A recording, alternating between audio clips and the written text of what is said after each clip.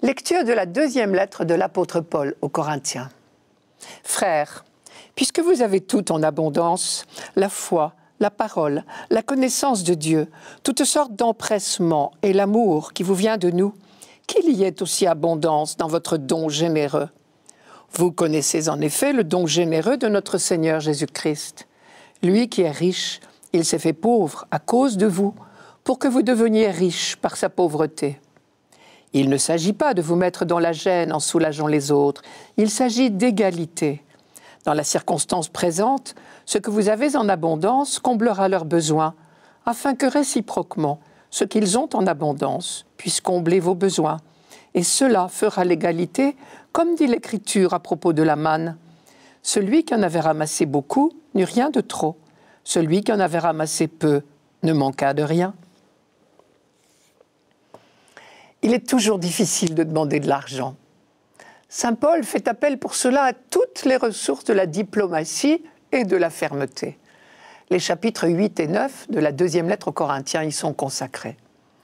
Et nous découvrons là un Paul inattendu, ironique, sinon grinçant, encourageant et sévère à la fois. Au départ, il y a un fait historique, une famine qui a sévi en Judée vers 46-48 de notre ère. L'historien Flavius Joseph s'en fait l'écho. La communauté chrétienne de Jérusalem connut elle aussi la pauvreté pour plusieurs années.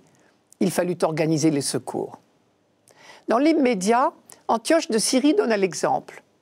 La suite montre que Paul attacha dès le début beaucoup d'importance à cette collecte. Lui qui s'était consacré à l'évangélisation des païens a toujours manifesté le souci de rester attaché à l'église mère de Jérusalem. À ses yeux, c'était simple justice d'ailleurs, car c'est à elle d'abord que l'on devait la bonne nouvelle. Et l'on se souvient qu'au moment de ce que l'on peut appeler l'Assemblée de Jérusalem, Paul s'engagea solennellement à rester solidaire des autres apôtres. Il racontera plus tard « Jacques, Céphas et Jean, considérés comme des colonnes, nous donnèrent la main à moi et à Barnabé en signe de communion, afin que nous allions, nous, vers les païens, eux vers les circoncis. Simplement, nous aurions à nous souvenir des pauvres, ce que j'ai eu bien soin de faire. » Dans ces années difficiles, donc, Paul s'attacha à obtenir la contribution des communautés plus lointaines.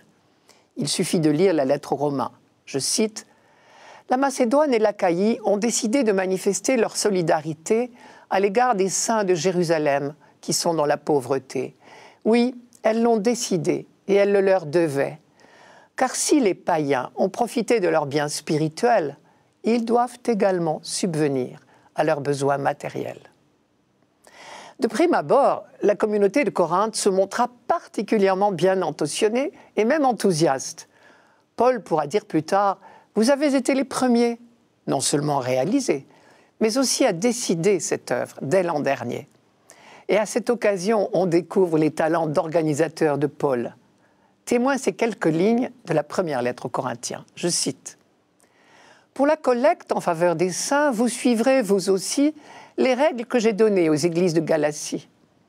Le premier jour de chaque semaine, chacun mettra de côté chez lui ce qu'il aura réussi à épargner, afin qu'on n'attende pas mon arrivée pour recueillir les dons. Quand je serai là, j'enverrai munis de lettres ceux que vous aurez choisis, portez vos dons à Jérusalem. S'il convient que j'y aille moi-même, ils feront le voyage avec moi. » Mais les belles promesses ne suffisent pas toujours. Il semble que les Corinthiens aient eu quelque mal à passer à l'acte, ce qui nous vaut les fameux chapitres 8 et 9 de cette deuxième lettre. Non sans humour, Paul commence par monter en épingle la générosité des autres communautés qui ont bien de la chance, elles, de connaître la joie de donner. Je cite « Nous voulons vous faire connaître, frères, la grâce que Dieu a accordée aux églises de Macédoine.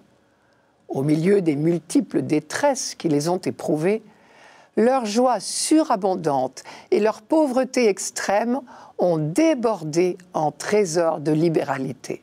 Selon leurs moyens, et j'en suis témoin au-delà de leurs moyens, en toute spontanéité, avec une vive insistance, ils nous ont réclamé la grâce de participer à ce service au profit des saints. » Et Paul ajoute « Je ne vous le dis pas comme un ordre, Mais en vous citant le zèle des autres, je vous permets de prouver l'authenticité de votre charité. Maintenant donc, achevez de la réaliser, la collecte. Ainsi, à vos beaux projets correspondra aussi la réalisation selon vos moyens. Certains s'abritaient probablement derrière la faiblesse de leurs moyens. Mais Paul balaye l'argument. Quand l'intention est vraiment bonne, on est bien reçu avec ce que l'on a, peu importe ce que l'on n'a pas. Ça, c'est une phrase du chapitre 8. Et là, nous retrouvons la lecture de ce dimanche. Je cite, « Il ne s'agit pas de vous mettre dans la gêne en soulageant les autres. Il s'agit d'égalité. En cette occasion, ce que vous avez en trop compensera ce qu'ils ont en moins. » Et ici, Paul illustre son homélie en citant l'exemple de la manne au désert. Chacun pouvait ramasser chaque jour la quantité juste nécessaire à sa subsistance. Tout excédent pourrissait. Bel apprentissage de l'équilibre social dans l'usage des richesses. Enfin, le meilleur atout de Paul est un argument théologique. Vous connaissez en effet la générosité de notre Seigneur Jésus-Christ, qui pour vous, de riche qu'il était, s'est fait pauvre pour vous enrichir de sa pauvreté.